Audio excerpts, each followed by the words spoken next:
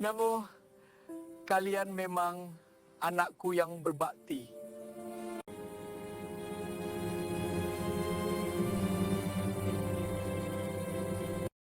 Bab 1. Kejayaan yang membutakan mata dan awal dari sebuah pengkhianatan besar. Nama aku adalah Broto. Di Jakarta, orang-orang mengenal aku sebagai Raja Properti. Aku membangun kerajaan bisnisku dari nol, dari keringat yang bercucuran di aspal panas ibu kota, hingga akhirnya aku bisa memiliki gedung-gedung tinggi di kawasan Sudirman. Aku memiliki segalanya. Rumah mewah di Menteng, deretan mobil sport di garasi, dan rasa hormat yang aku paksakan kepada semua orang. Bagiku, uang adalah segalanya. Uang adalah derajat, dan tanpa uang, manusia hanyalah sampah yang tidak layak dipandang. Aku memiliki 2 orang anak laki-laki. Reno adalah putra sulungku, kebanggaanku. Dia tampan, cerdas, dan menikah dengan Siska, seorang wanita sosialita dari keluarga terpandang. Mereka adalah cerminan diriku. Sedangkan Aris, si bungsu, dia adalah kekecewaan terbesarku. Dia keras kepala dan memilih jalan hidup yang menurutku sangat memalukan. Dia menikahi Laras, seorang gadis yatim piatu yang bekerja sebagai buruh jahit. Bagiku, Laras adalah benalu. Dia adalah noda di tengah putihnya kain sutra keluargaku. Aku membencinya bukan karena dia jahat, tapi karena dia miskin. Dan di mataku, kemiskinan adalah sebuah dosa besar yang tidak termaafkan. Kejadian itu bermula pada malam perayaan ulang tahunku yang ke-60. Aku menyewa aula mewah di salah satu hotel bintang 5 di Jakarta Pusat. Lampu kristal bergantungan, musik klasik mengalun lembut, dan semua tamu yang hadir adalah orang-orang penting. Aku berdiri di atas panggung kecil dengan setelan jas seharga ratusan juta rupiah, merasa seperti raja yang sedang memimpin singgasananya. Reno dan Siska maju ke depan. Mereka membawa sebuah kotak beludru hitam yang sangat elegan. Saat dibuka, isinya adalah sebuah jam tangan merek ternama yang harganya setara dengan 1 unit apartemen di Jakarta Barat. Aku tersenyum lebar, memamerkan jam tangan itu kepada semua tamu. Aku merasa sangat bangga. Ini adalah bukti bahwa aku berhasil mendidik Reno menjadi pria kelas atas. Aku mencium kening Siska dan berbisik bahwa dia adalah menantu terbaik yang pernah ada. Lalu, giliran Aris dan Laras yang maju. Mereka berjalan dengan ragu. Penampilan mereka sangat kontras dengan tamu lainnya. Aris hanya memakai kemeja batik sederhana, sementara Laras memakai terusan panjang yang warnanya sudah mulai pudar. Laras membawa sebuah bungkusan yang dibungkus dengan kertas kado murah. Tangannya gemetar saat menyodorkan bungkusan itu kepadaku. Aku membukanya dengan malas di depan semua orang. Isinya adalah sebuah jaket rajutan tangan berwarna coklat tua. Baunya harum sabun cuci murah. Sangat menyengat di hidungku yang terbiasa dengan aroma parfum mahal. Hatiku seketika mendidih. Aku merasa dipermalukan di depan rekan bisnisku. Aku mengangkat jaket itu tinggi-tinggi dengan 2 jari, seolah-olah benda itu adalah bangkai yang menjijikan. Aku bertanya dengan nada tinggi, "Laras, apa ini? Apakah kamu tidak punya rasa malu memberikan barang sampah seperti ini di hari besarku? Apakah kamu ingin semua orang di ruangan ini tahu bahwa menantuku adalah orang paling melarat di kota ini?" Laras menunduk dalam, air matanya mulai mengalir membasahi pipinya yang pucat. Dia menjawab dengan suara bergetar bahwa dia merajut jaket itu sendiri selama 3 bulan. Dia berharap jaket itu bisa menghangatkan tubuhku saat aku merasa kedinginan di malam hari. Aku tertawa mengejek. Tawa yang diikuti oleh Siska dan beberapa tamu lainnya. Aku melemparkan jaket itu ke lantai dan menginjaknya dengan sepatu pantofelku. Aku bilang padanya, "Dengar baik-baik Laras. Aku punya pendingin ruangan paling mahal di rumahku dan aku punya selimut dari bulu angsa terbaik. Aku tidak butuh rajutan murahan dari tangan seorang buruh. Jika kamu tidak mampu membeli barang mewah, minimal jangan kasih sampah ini di hari besarku. Malu-maluin saja." Aris mencoba membelanya, tapi aku membentaknya untuk diam. Aku mengusir mereka berdua dari acara itu. Aku bilang pada mereka untuk tidak muncul lagi di hadapanku jika hanya membawa kemiskinan. Malam itu, aku merasa menang. Aku merasa telah memberikan pelajaran yang pantas bagi orang yang tidak tahu diri seperti Laras. Namun, beberapa minggu setelah kejadian itu, sesuatu terjadi. Aku mulai sering merasakan sesak di dada. Dokter pribadiku bilang bahwa jantungku mulai melemah. Di tengah kekayaanku yang melimpah, aku mulai merasa kesepian. Aku melihat Reno dan Siska yang selalu meminta uang tambahan untuk gaya hidup mereka yang mewah. Mereka jarang bertanya tentang kesehatanku. Mereka hanya bertanya tentang aset mana lagi yang akan aku balik nama atas nama mereka. Suatu malam, saat aku duduk sendirian di ruang kerja yang luas, aku teringat ucapan seorang sahabat lamaku. Dia pernah bilang bahwa kita tidak akan pernah tahu siapa yang benar-benar mencintai kita sampai kita tidak punya apa-apa lagi untuk diberikan. Kata-kata itu menghantuiku. Aku ingin tahu, apakah Reno benar-benar mencintaiku sebagai seorang ayah, atau dia hanya mencintai rekening bankku? Dan apakah Laras benar-benar seburuk yang aku pikirkan? Aku pun menyusun sebuah rencana gila. Sebuah rencana yang akan mengubah hidupku selamanya. Aku akan berpura-pura bangkrut. Aku akan menyebarkan berita bahwa aku tertipu proyek besar di Kalimantan dan seluruh asetku disita oleh negara dan bank. Aku ingin melihat siapa yang akan tetap berdiri di sampingku saat aku jatuh ke titik paling rendah. Aku memanggil sekretaris kepercayaanku. Aku memintanya untuk mengurus dokumen palsu dan memindahkan sebagian besar uangku ke rekening rahasia yang tidak diketahui siapapun. Aku meminta dia untuk menyegel rumah mewahku di Menteng dengan stiker penyitaan palsu. Aku melepas semua perhiasanku, membiarkan janggutku tumbuh liar, dan mengenakan pakaian paling kumal yang aku punya. Pagi itu, Jakarta sedang mendung. Aku keluar dari gerbang rumahku yang megah hanya dengan membawa satu koper tua yang sudah rusak resletingnya. Aku terlihat seperti gelandangan yang baru saja diusir dari kontrakan. Aku berjalan kaki menuju rumah Reno. Aku ingin anak kesayanganku itu menjadi orang pertama yang membuktikan baktinya kepadaku. Di sepanjang jalan, aku merasa jantungku berdegup kencang. Bukan karena penyakit, tapi karena rasa takut akan kenyataan yang mungkin akan aku temukan. Aku berdoa kepada Allah, jika memang harta ini adalah kutukan, maka tunjukkanlah jalan yang benar padaku. Aku berjalan dengan langkah gontai melewati kawasan elit di Jakarta Selatan menuju rumah megah milik Reno.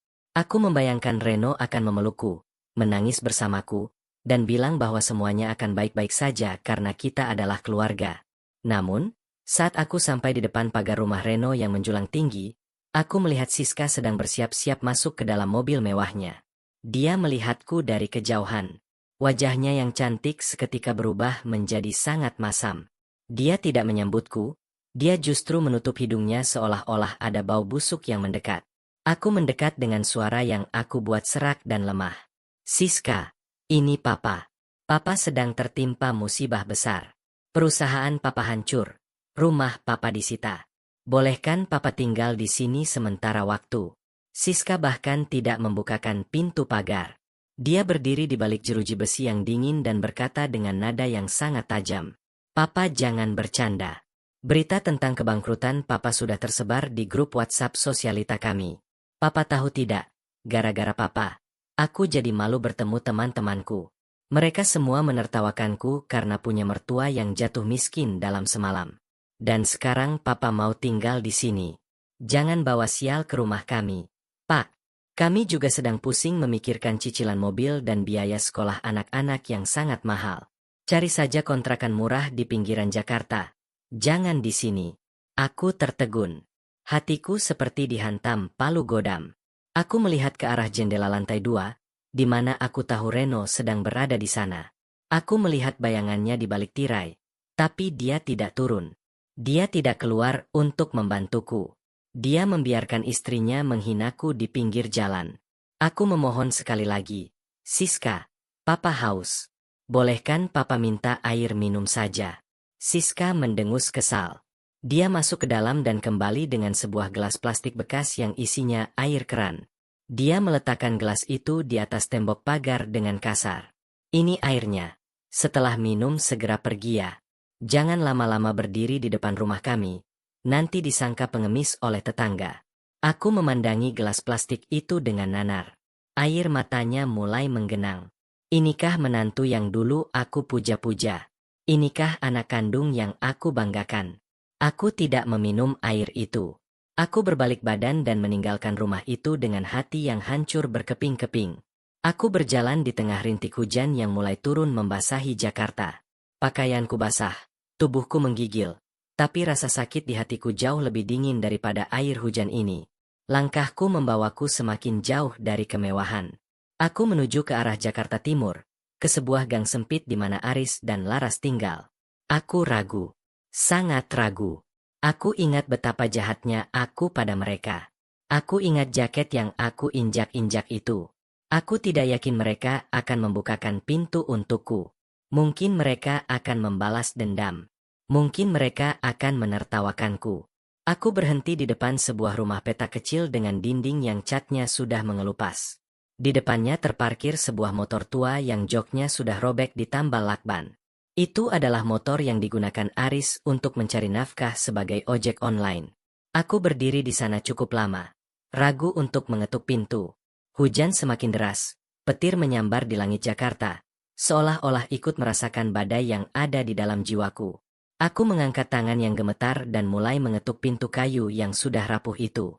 Aku tidak tahu apa yang akan terjadi selanjutnya. Apakah aku akan kembali diusir dan menjadi gelandangan sungguhan? Ataukah ada keajaiban yang sedang menunggu di balik pintu ini? Aku hanya bisa berserah diri kepada Allah sambil terus menahan sesak di dadaku yang semakin menjadi-jadi. Keringat dingin bercampur air hujan mengalir di dahiku. Aku merasa pandanganku mulai kabur karena kelelahan dan kesedihan yang teramat dalam. Aku mengetuk sekali lagi, kali ini lebih keras. Sampai akhirnya, terdengar suara langkah kaki mendekat ke arah pintu. Suara gerendel pintu dibuka perlahan. Dan cahaya lampu kuning yang redup dari dalam rumah mulai menyinari wajahku yang malang. Bab 2. Ketulusan di balik pintu yang rapuh dan pengorbanan yang menyayat hati. Pintu kayu itu berderit pelan. Di sana, berdiri Laras dengan daster lusuh yang warnanya sudah memudar karena terlalu sering dicuci. Rambutnya diikat sembarang, dan wajahnya tampak lelah. Saat matanya menatapku, aku melihat keterkejutan yang luar biasa. Dia tidak berteriak. Dia tidak tertawa mengejek melihat penampilanku yang hancur.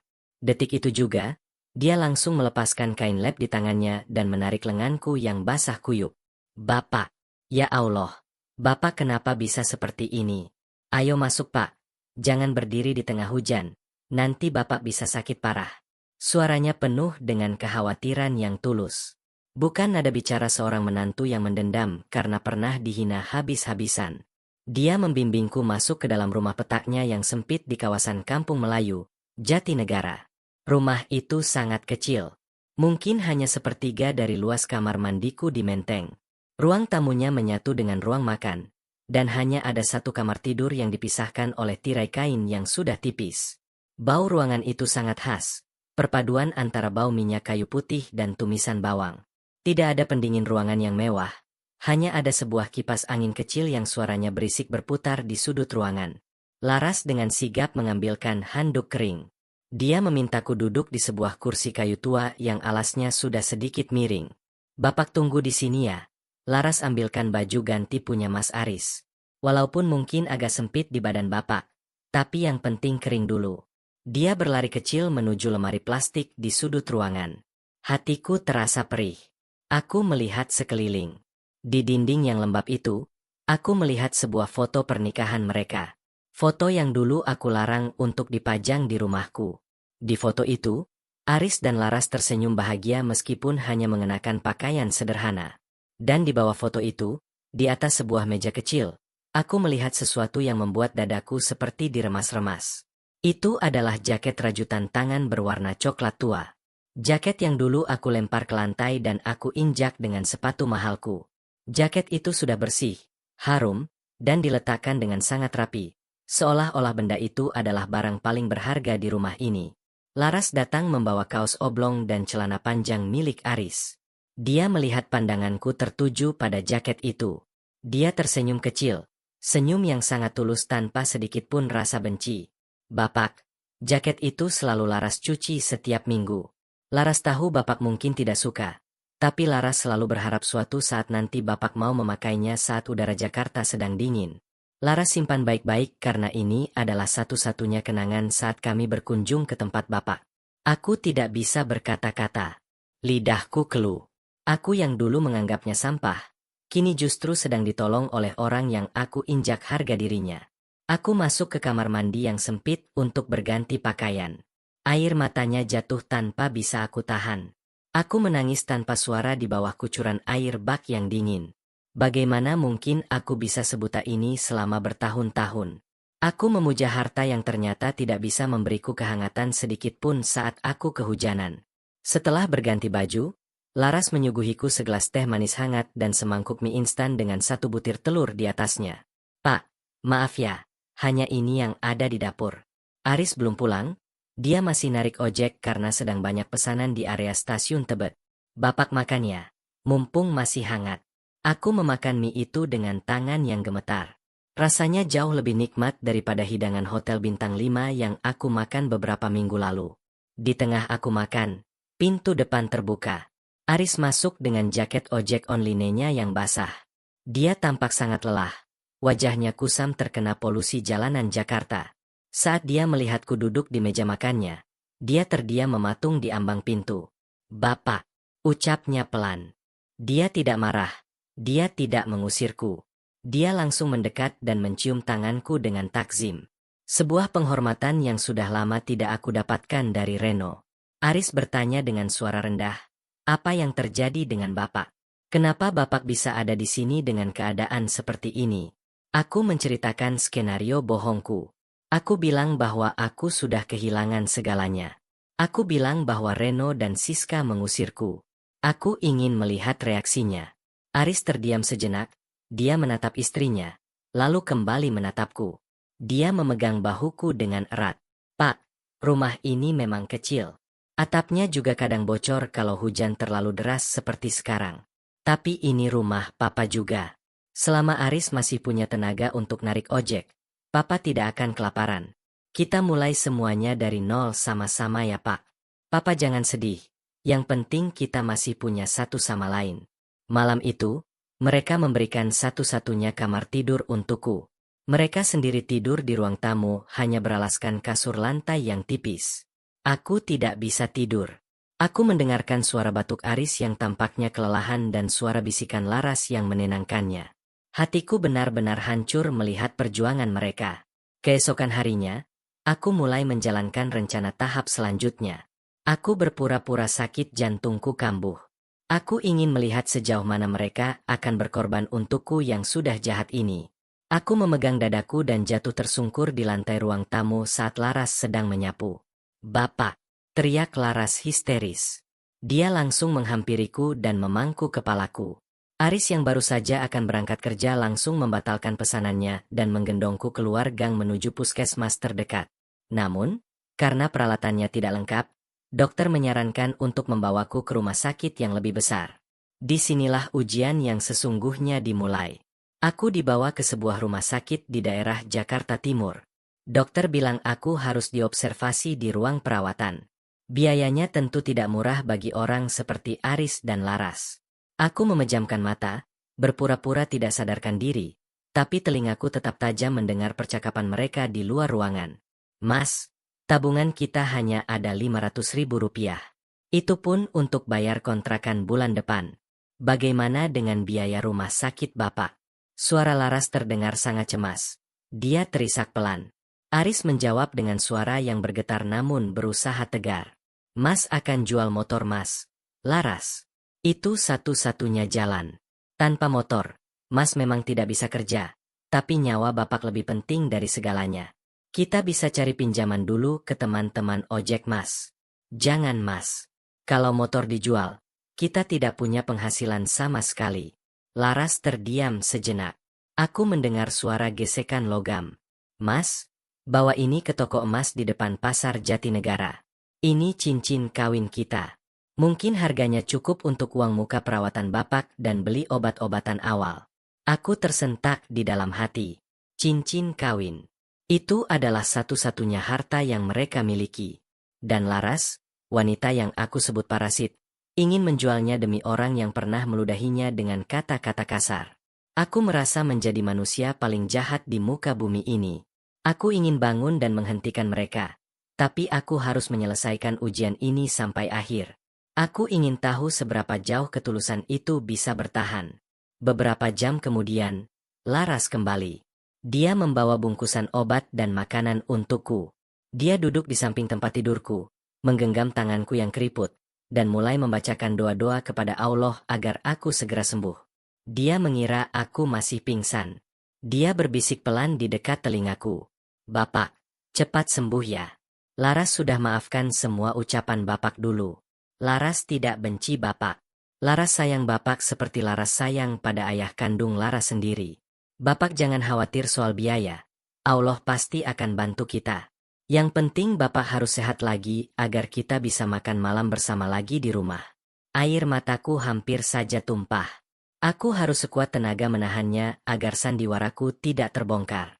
Namun, di tengah suasana haru itu, tiba-tiba pintu kamar perawatan terbuka dengan kasar. Aku mendengar langkah kaki yang sangat aku kenali. Itu adalah suara langkah kaki dengan sepatu hak tinggi yang tajam. Wah wah wah. Jadi di sini si tua bangka ini bersembunyi. Siska. Suara melengking Siska memenuhi ruangan.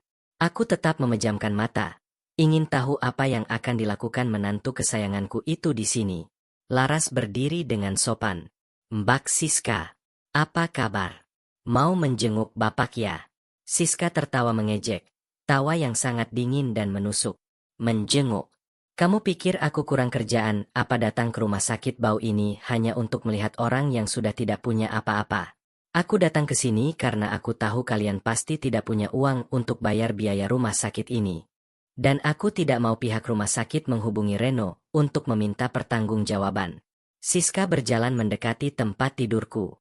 Aku bisa merasakan aroma parfum mahalnya yang sangat menyengat. Sangat kontras dengan bau obat-obatan di ruangan ini. Dia berkata dengan nada penuh ancaman. "Laras, dengar ya. Aku sudah blokir nomor telepon kalian dari ponsel Reno.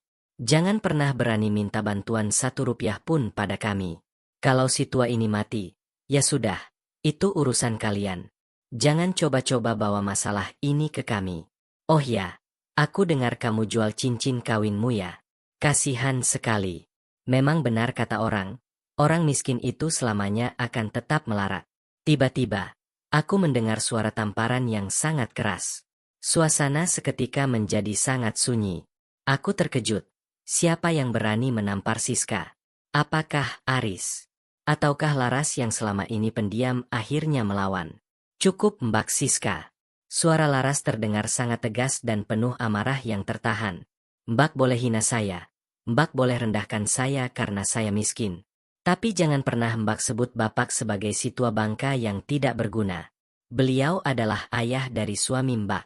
Beliau yang memberikan kemewahan yang Mbak pakai sekarang. Jika Mbak tidak mau membantu, silakan pergi dari sini. Kami tidak butuh uang haram dari orang yang tidak punya hati seperti Mbak. Keluar dari sini sekarang juga sebelum saya panggil keamanan rumah sakit." Laras berteriak dengan suara yang menggelegar.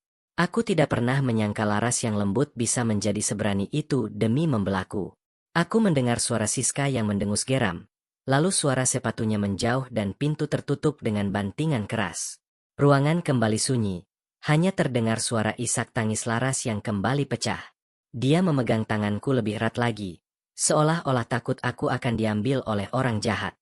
Namun, di tengah kesunyian itu, ponsel di saku celanaku yang aku sembunyikan di bawah bantal tiba-tiba bergetar.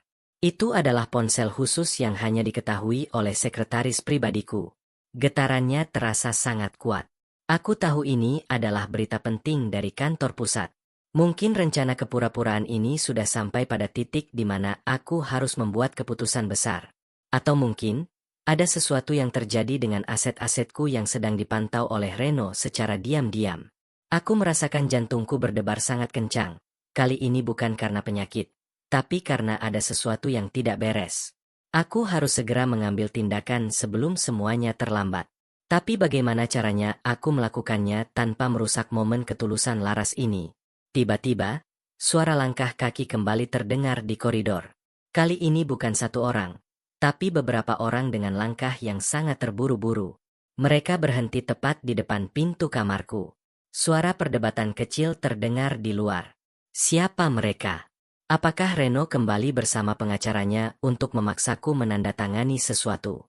Ataukah ini adalah akhir dari sandiwaraku yang akan membongkar semuanya lebih cepat dari yang aku rencanakan? Tanganku yang berada di bawah selimut mulai mengepal kuat. bersiap untuk menghadapi apapun yang akan masuk melewati pintu itu. Bab 3. Saat topeng terbuka dan balas dendam yang paling indah. Pintu kamar rumah sakit itu terbuka dengan bantingan yang cukup keras. Aku melihat sekretaris pribadiku, Pak Surya, masuk dengan wajah yang sangat pucat. Di belakangnya, ada dua orang pria berbadan tegap mengenakan setelan jas hitam yang rapi. Aris dan Laras langsung berdiri dengan wajah penuh kebingungan. Mereka tampak ketakutan, mengira bahwa orang-orang ini adalah penagih hutang yang datang untuk menyeretku. Aris langsung memasang badan di depan tempat tidurku. Pak, tolong jangan ganggu ayah saya. Kalau ada masalah hutang, biarkan saya yang urus. Saya akan cicil semampu saya. Tapi tolong biarkan ayah saya istirahat dulu. Suara Aris terdengar gemetar tapi dia sangat berani demi melindungiku. Pak Surya mengabaikan Aris dan langsung membungkuk hormat tepat di samping tempat tidurku. Dia berkata dengan suara yang cukup lantang, "Selamat siang Pak Broto. Maaf saya harus mengganggu istirahat Anda. Tapi keadaan di kantor pusat sudah tidak terkendali. Tuan Reno sedang mencoba memaksa masuk ruang brankas utama dan mencoba memalsukan tanda tangan Anda pada dokumen pengalihan aset gedung di kawasan Sudirman. Kami tidak bisa menahannya lebih lama lagi tanpa kehadiran Anda secara langsung." Aku perlahan membuka mataku. Aku melepaskan selang oksigen palsu yang menempel di hidungku. Aku duduk dengan tegak, dan seketika aura wibawa yang selama ini aku sembunyikan kembali terpancar. Aku menatap Aris dan Laras yang berdiri mematung dengan mulut terbuka. Mereka seolah-olah baru saja melihat hantu. "Bapak," ucap Laras dengan suara yang hampir hilang. "Bapak sudah sadar. Tapi, siapa orang-orang ini? Kenapa mereka memanggil Bapak dengan sebutan yang sangat resmi?" Aku turun dari tempat tidur rumah sakit. Aku memegang tangan Laras yang masih terasa kasar karena pekerjaan rumah tangga. "Laras, Aris, maafkan Bapak. Selama ini Bapak hanya menguji kalian. Bapak tidak pernah bangkrut. Semua harta Bapak masih utuh, bahkan bertambah berkali-kali lipat. Bapak hanya ingin tahu, siapa yang benar-benar menyayangi Bapak saat Bapak tidak punya apa-apa lagi. Dan kalian telah memberikan jawaban yang membuat hati Bapak hancur sekaligus bangga." Laras menutup mulutnya dengan kedua tangan. Air matanya kembali tumpah. Tapi kali ini bukan karena kesedihan. Aris hanya bisa terdiam. Dia seolah-olah masih tidak percaya dengan apa yang baru saja dia dengar. Aku menoleh ke arah Pak Surya. "Surya, siapkan mobil terbaik. Kita ke kantor pusat sekarang juga. Dan pastikan kamu sudah membawa cincin emas yang baru untuk menantuku ini." Beberapa menit kemudian, sebuah iring-iringan mobil mewah bermerek Alphard dan Mercedes-Benz sudah terparkir di depan lobi rumah sakit daerah di Jakarta Timur itu. Orang-orang yang ada di rumah sakit menatap kami dengan penuh rasa ingin tahu. Aku mengajak Aris dan Laras masuk ke dalam mobil. Laras masih mengenakan daster lusuhnya, dan Aris masih dengan seragam ojek online-nya yang agak bau matahari. Tapi bagi aku, mereka adalah orang paling mulia di dalam mobil itu. Kami melesat membelah kemacetan jalanan Jakarta menuju gedung pencakar langit milikku di Sudirman. Sesampainya di sana, aku berjalan masuk dengan langkah yang sangat mantap. Para karyawan yang melihatku langsung membungkuk hormat. Kami naik ke lantai paling atas, di mana ruang kerjaku berada. Di dalam ruangan, aku mendengar suara gaduh. Reno sedang membentak-bentak staf keuanganku. "Mana kunci brankasnya? Cepat berikan pada saya. Papa saya sudah gila dan sekarang dia hilang entah kemana setelah bangkrut. Sebagai anak tertua, saya yang berhak atas semua ini." Siska berdiri di sampingnya sambil memegang tas bermerek yang sangat mahal. Dia tampak sangat tidak sabar untuk segera menguasai harta itu. Aku menendang pintu ruangan itu hingga terbuka lebar. Suaranya menggelegar memenuhi ruangan. "Reno! Siska!" teriakku dengan suara yang menggelegar seperti guntur. Mereka berdua menoleh dengan wajah yang sangat pucat. Siska sampai menjatuhkan tas mahalnya ke lantai. "Papa, bagaimana mungkin Papa ada di sini? Papa kan sedang sekarat di rumah sakit kumuh itu," ucap Reno dengan suara yang terbata-bata. Aku berjalan mendekati meja kerjaku. Aku duduk di kursi kebesaranku dengan tenang. Aku menatap mereka berdua dengan tatapan yang sangat dingin. Jadi ini anak yang aku banggakan. Jadi ini menantu yang aku puja-puja. Kalian bahkan tidak menunggu sampai tanah makamku basah untuk berebut harta. Kalian bahkan tega memberikan air keran saat ayah kalian sedang haus di tengah hujan. Siska mencoba mendekat dengan wajah yang dipaksa tersenyum manis. Pak, maafkan kami. Kami hanya panik tadi. Kami pikir Papa benar-benar dalam masalah besar dan kami hanya ingin mengamankan aset-aset Papa agar tidak jatuh ke tangan orang lain. Siska mencoba meraih tanganku, tapi aku menepisnya dengan kasar. Jangan sentuh aku dengan tangan yang pernah menghina Laras. Ucapku tajam. Kamu bilang Laras adalah sampah. Kamu bilang orang miskin selamanya akan melarat. Sekarang lihat dirimu sendiri, Siska. Kamu yang akan menjadi orang paling melarat di kota ini mulai detik ini juga. Aku mengambil beberapa lembar dokumen dari laci mejaku. Reno, Siska, dengarkan baik-baik. Mulai hari ini, aku mencoret nama Reno dari daftar ahli waris. Rumah mewah yang kalian tempati di kawasan elit itu, besok pagi akan ada petugas yang datang untuk menyegelnya karena itu atas nama perusahaanku. Semua kartu kredit kalian sudah aku blokir. Semua mobil mewah kalian sudah aku tarik. Kalian tidak punya apa-apa lagi selain pakaian yang menempel di badan kalian. Reno berlutut di depanku. Pak, tolong jangan lakukan ini. Saya anak kandung Papa. Bagaimana mungkin Papa memberikan semua ini kepada Aris yang sudah mempermalukan keluarga dengan menjadi tukang ojek? Aku tertawa mengejek. Persis seperti cara mereka menertawakanku dulu. Anak kandung. Kamu memang anak kandungku secara darah, tapi Aris adalah anakku secara hati. Dan Laras, menantu yang kalian hina itu, dia menjual cincin kawinnya yang sangat berharga demi biaya pengobatanku. Sedangkan kalian bahkan tidak mau membukakan pintu rumah saat hujan deras. Sekarang, silakan pergi dari gedung ini. Dan jangan pernah berani menginjakan kaki di rumahku lagi. Jika aku melihat kalian berkeliaran di dekat propertiku, aku tidak akan segan-segan memanggil polisi untuk menyeret kalian dengan tuduhan percobaan penipuan dokumen. Siska menangis histeris. Dia mencoba memohon pada Laras. Laras, tolong bicara pada Papa. Kamu kan orang baik. Tolong maafkan kami. Tapi Laras hanya diam. Dia berdiri di samping Aris dengan wajah yang tenang. Laras sudah memberikan maafnya. Tapi dia tahu bahwa keadilan harus ditegakkan. Setelah Reno dan Siska diseret keluar oleh petugas keamanan, aku menoleh ke arah Aris dan Laras. Aku mengambil sebuah kotak kecil dari Pak Surya. Di dalamnya ada sebuah cincin berlian yang sangat indah, jauh lebih mahal dari cincin kawin mereka yang dijual. Laras, ini untuk kamu. Pakai ini sebagai tanda hormatku padamu. Dan Aris, mulai besok kamu tidak perlu narik ojek lagi. Kamu akan menjabat sebagai direktur utama di salah satu anak perusahaanku. Kamu telah membuktikan bahwa meskipun kamu hidup sederhana, kamu memiliki kekayaan hati yang tidak dimiliki oleh siapapun. Aris memelukku dengan sangat erat. Kami bertiga menangis bersama di ruangan yang megah itu. Aku merasa beban berat di dadaku selama bertahun-tahun akhirnya terangkat. Aku merasa sangat lega karena akhirnya aku menemukan arti keluarga yang sebenarnya. Malam itu, kami kembali ke rumah mewahku di Menteng. Tapi kali ini, suasananya sangat berbeda. Tidak ada lagi kesombongan, tidak ada lagi penghinaan terhadap kemiskinan. Kami makan malam bersama di meja yang besar, dengan menu makanan yang sederhana atas permintaan Laras. Laras bahkan membawa jaket rajutan coklat yang dulu aku injak. Dia memberikannya padaku saat udara malam mulai terasa dingin. Kali ini, aku mengenakan jaket itu dengan penuh rasa bangga. Jaket ini terasa jauh lebih hangat daripada jas mahal manapun yang pernah aku miliki. Karena di setiap rajutannya, ada doa dan kasih sayang yang tulus dari seorang menantu yang dulu aku benci. Aku melihat ke arah luar jendela, ke arah langit Jakarta yang bertabur bintang. Aku berbisik dalam hati, terima kasih Allah. Terima kasih karena Engkau telah memberikan ujian ini kepadaku. Jika bukan karena sandiwara kebangkrutan ini, mungkin aku akan mati dalam keadaan sombong dan dikelilingi oleh para penjilat. Sekarang aku tahu bahwa harta yang paling berharga bukanlah gedung tinggi atau saldo rekening yang miliaran, melainkan ketulusan hati orang-orang yang mencintai kita apa adanya.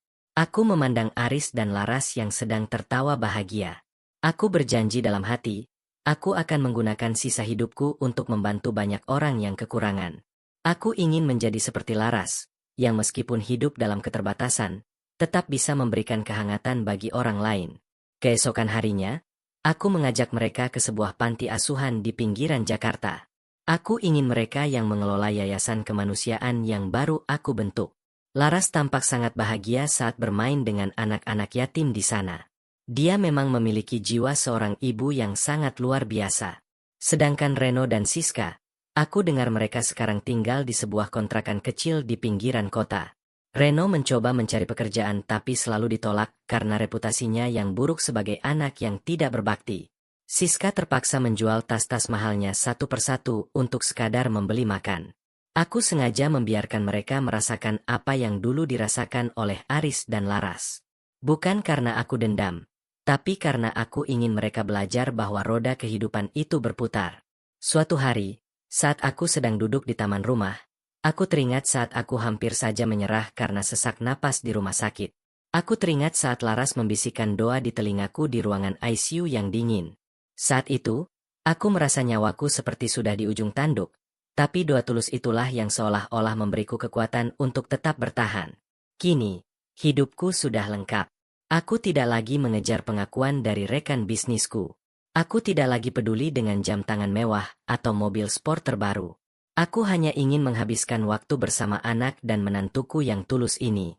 Kami sering berjalan-jalan di sore hari di taman kota, menikmati angin Jakarta yang sepoi-sepoi, sambil bercanda tawa tanpa ada beban sedikitpun. Alhamdulillah, semua ini terjadi tepat pada waktunya. Sebelum aku terlambat menyadari siapa sebenarnya yang layak disebut sebagai keluarga. Cerita hidupku ini mungkin akan menjadi pengingat bagi banyak orang, bahwa jangan pernah memandang rendah seseorang hanya dari pakaiannya atau pekerjaannya. Karena seringkali, permata yang paling bersinar justru tersembunyi di balik tumpukan lumpur yang paling kotor. Aku menutup mataku sejenak, menghirup udara dalam-dalam, dan tersenyum lebar. Aku merasa menjadi pria paling kaya di seluruh dunia. Bukan karena propertiku yang tersebar di mana-mana, tapi karena aku memiliki Laras dan Aris di sampingku. Dan itu adalah harta yang tidak akan pernah bisa disita oleh siapapun, sampai kapanpun.